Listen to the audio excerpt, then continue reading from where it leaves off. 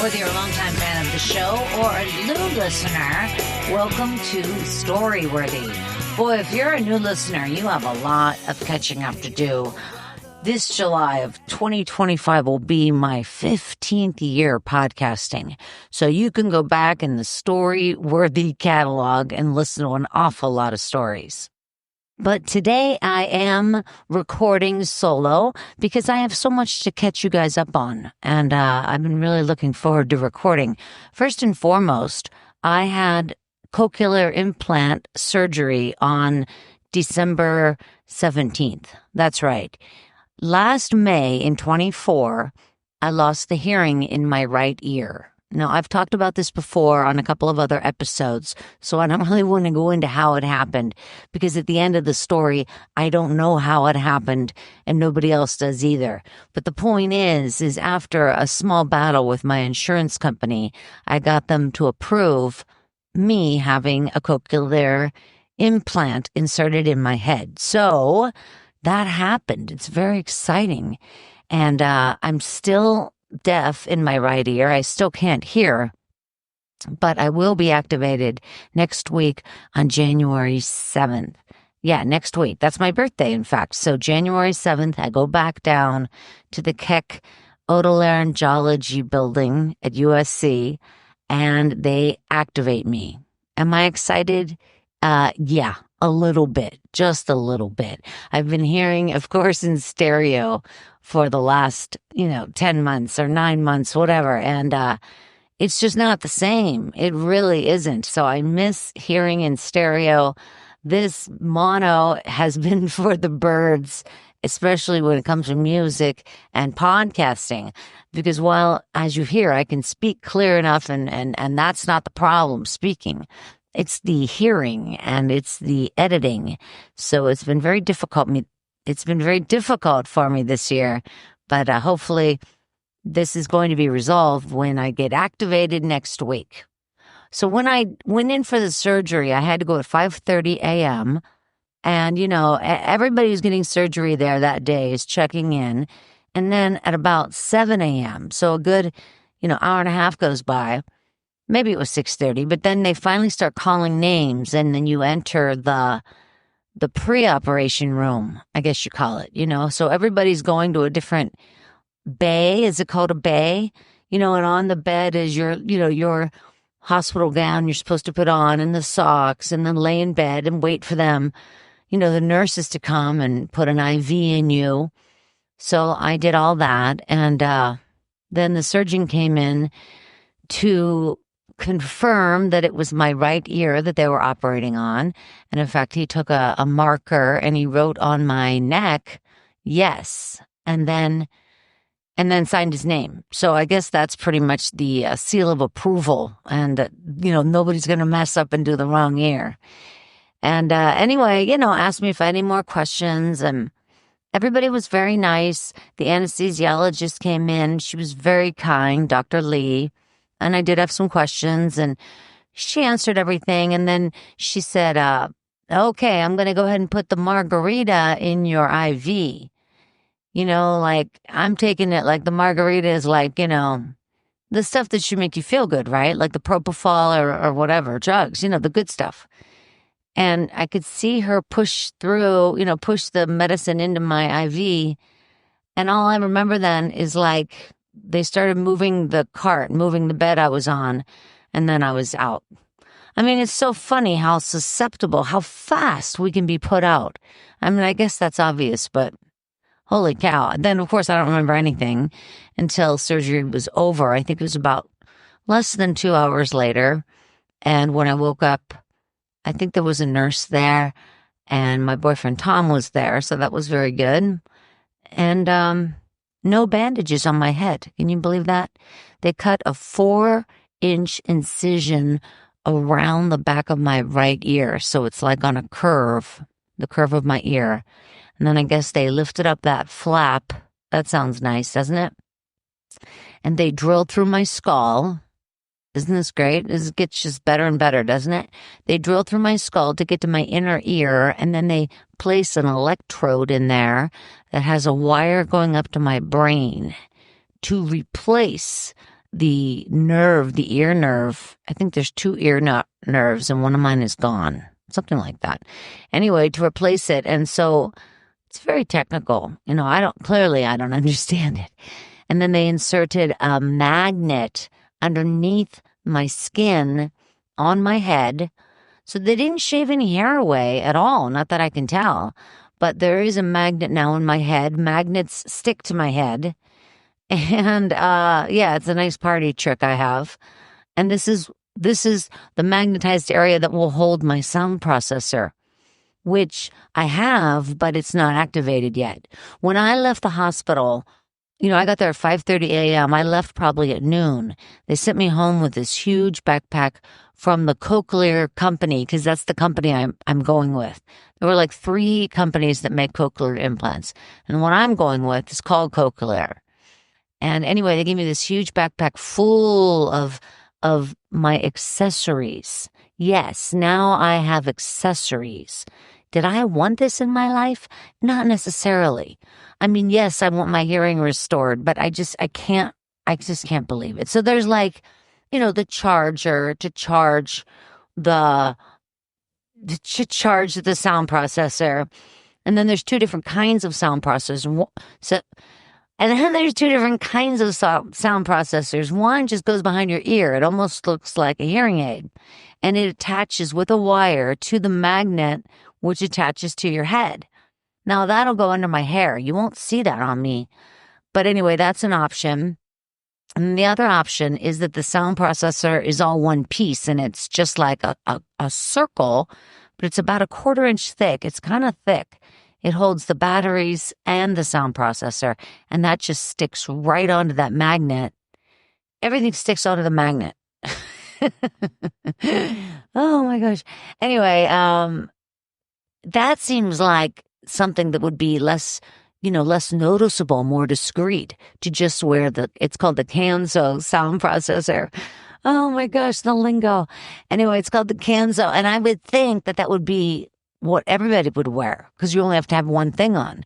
But yet all the videos I see on YouTube, I see a lot of people with cochlear implants that have on that that hearing piece, that goes over your ear, that holds the batteries, with the small sound processor up attached to their magnet.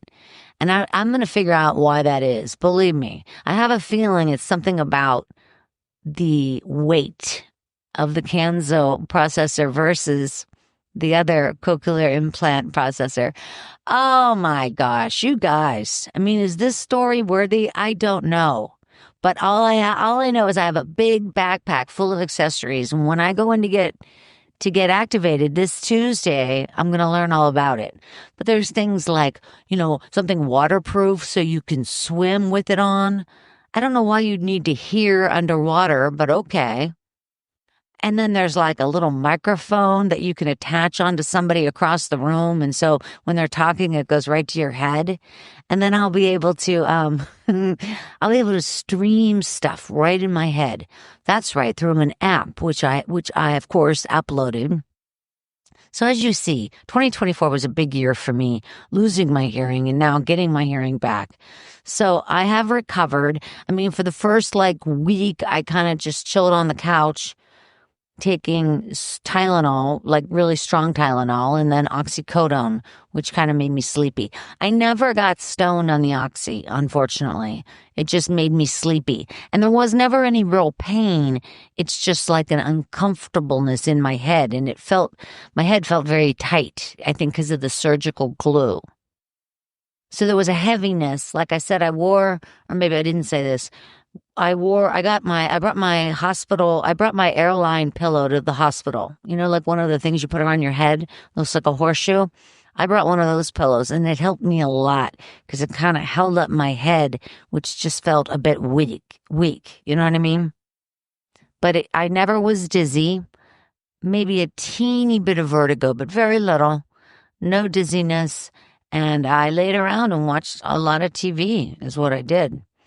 Now, 4 days after surgery, I did have to perform Story Smash, which happened at the Lyric Hyperion. It was a blast. In fact, I know that you can listen to it right now. You can listen to Story Smash, the storytelling game show, from a couple of weeks ago on the Storyworthy podcast right here. The audio is not perfect. I admit it. I'll tell you right out front, the audio is not perfect, but it's the best I could do. So that's what we're going to go with for now. Hopefully the next show will be a little clearer. But this particular Story Smash was a little tricky. Now, I like I said, I'd only been out of surgery 4 days. So I didn't have any bandages, which is good. But I did the show, and just to help myself, I stayed on stage the whole time rather than getting up and down, because the stage is about a foot off the floor. So every time I get down, I'm usually wearing heels, and it kind of like, oof, jolts me, you know? So I just kind of had a stool on stage, and that was even, it was easier. It was definitely better for me. And the show was hilarious. I mean, out of control. Wendy McClendon-Covey was on the show, who I adore. You know, Wendy has that new show out now called St. Denis Medical on Tuesday nights on NBC at 8 o'clock. It's really funny. It's a hospital comedy, and Wendy's just brilliant. She's my favorite. Anyway, we had a wonderful time, and I'd love you guys to listen to the show. Now, the next Story Smash is on February 1st, Saturday, February 1st, and you can always check out the website, storysmashshow.com, for more information and to buy tickets. All right, so then we had Christmas, right? Yes, we had Christmas. My Christmas was great. I sure hope yours was as well. I'm very grateful to my sisters and my family who send gifts out from Pittsburgh to my daughter, and just such kindness. And my kids' other grandma, my mom sends her gifts, and then her dad's mom sends her a lot of gifts. So her granny just spoils her to no end, and we have a wonderful time on Christmas Eve. I go to my girlfriend's house. She has something called Dipmas, and that is when you all bring a dip. There's no meal. You just have Dipmas, a lot of dips. And it was a lot of fun. And then the next day, on Christmas Day, I had ham sandwiches, not like carved ham. Well, it was a carved ham, but you put it on a roll or something. I don't know. The point is, it was a good time. Nice Christmas. All is good. My kid liked most of her gifts, but I did have to take back their guitar amp because they don't want a guitar amp. So there, take that. They don't want a guitar amp. But you know what? I don't feel bad like exposing them. I just want to show them. If they don't want it, fine. We take it back. And that's what happened. But it was still a great Christmas. I got some new running shoes and some new workout tops, and I really like that. Then New Year's Eve comes along a couple days ago. That was a lot of fun. We have some friends over, and we play that game Tripoli. Does anybody know the game Tripoli? It comes in a box, and in the box is really just a mat. Like it's a card game, and they have a mat that you lay down, which is, it's kind of like would be like a blackjack mat or a craps mat, but this is for Tripoli, and essentially it's a big circle with 9 categories, as it were. And so it's a gambling game. You all start off with a certain amount of money. And so we started off with $5 each. That's a nickel ante, in each little pot. Anyway, Tripoli is a rummy game. It's playing rummy 3 different ways. Does that make sense? So the first way is like, it's called hearts. Yeah, you know hearts, right? If you have the high hearts, you get money. You get the pot. And then the second way of playing is poker. It's a straight poker hand. This is all with the same deal of the cards. And then the third round of the same deal is just trying to get rid of your cards by putting your lowest card down and then everybody following suit. Anyway, it's a gambling game. We played a lot when I was a kid. And now I have the game. I think it's hilarious. Silly, fun, easy game to play. Mostly luck. But it's a blast. I lost. And, that's about $350 I won't get back. But it's worth it. You know what I mean? I can handle it. And then New Year's Day, I went to the Rose Parade. I go every year to the Rose Parade, and it's absolutely a blast. If anybody lives in California, you got to go to the Rose Parade. It's so funny. You know, the parade route is 5.5 miles long. So it's a really long route. So there are like those bleachers and stuff set up mostly around the Norton Simon Museum on Colorado Boulevard where the parade begins. So most of those bleachers and stuff are in the beginning of the route. That's where a lot of people camp out for some reason to get good seats. People have lawn chairs and tables and picnic supplies. People stay there for a couple of days, I think. I'm not sure. But that's not the way I go to the Rose Parade. The way I go to the Rose Parade is I go to the 5th mile, where they're almost turning to stop. You know what I mean? Where all these horses and all these marching bands and all these floats, they're going to turn off Colorado Boulevard about 2 blocks after I see them. So it's really the end of the line. There's not nearly as many people. And not only can you just stand right on the side of the street and watch the floats go by right in front of you, but you can walk up and down the sidewalks, which is a blast because it's so silly. You know what I mean? It's a real slice of Americana. You get the bands from all over the country, you know, like the Jackson, Mississippi band. I mean, they were rocking.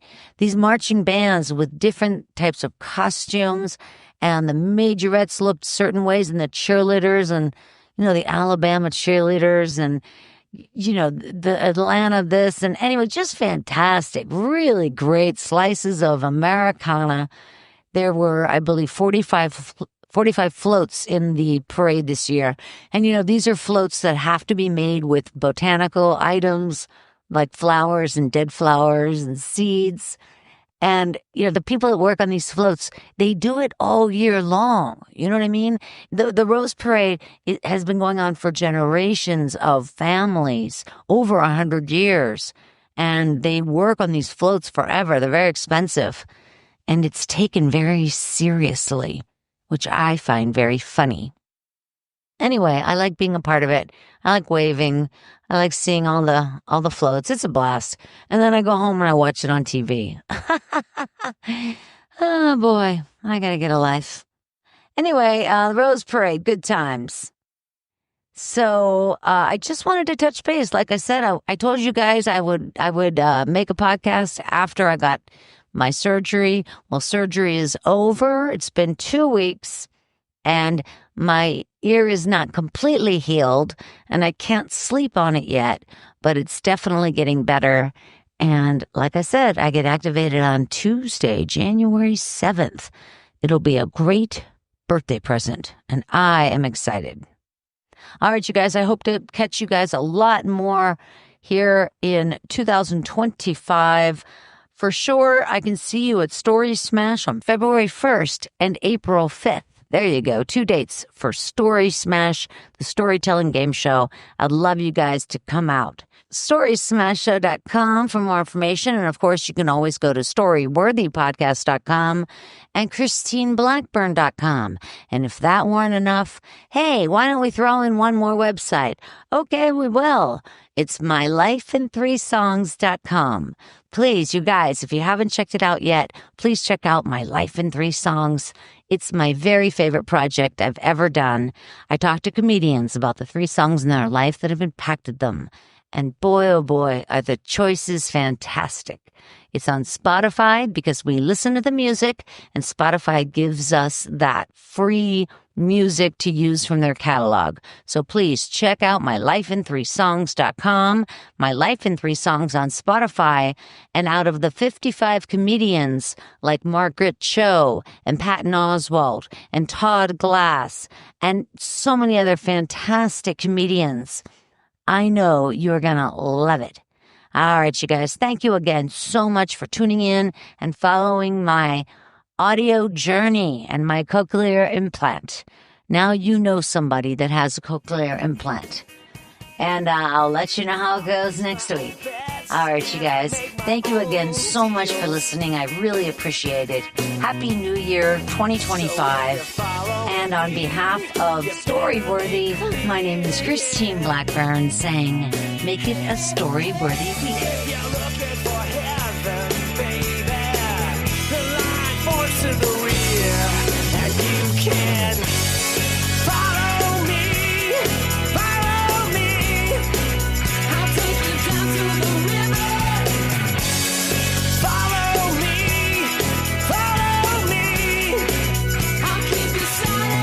for joining us on the Storyworthy podcast. We'll be back next week with all new stories. Subscribe to Storyworthy on iTunes and visit the Storyworthy website at storyworthypodcast.com.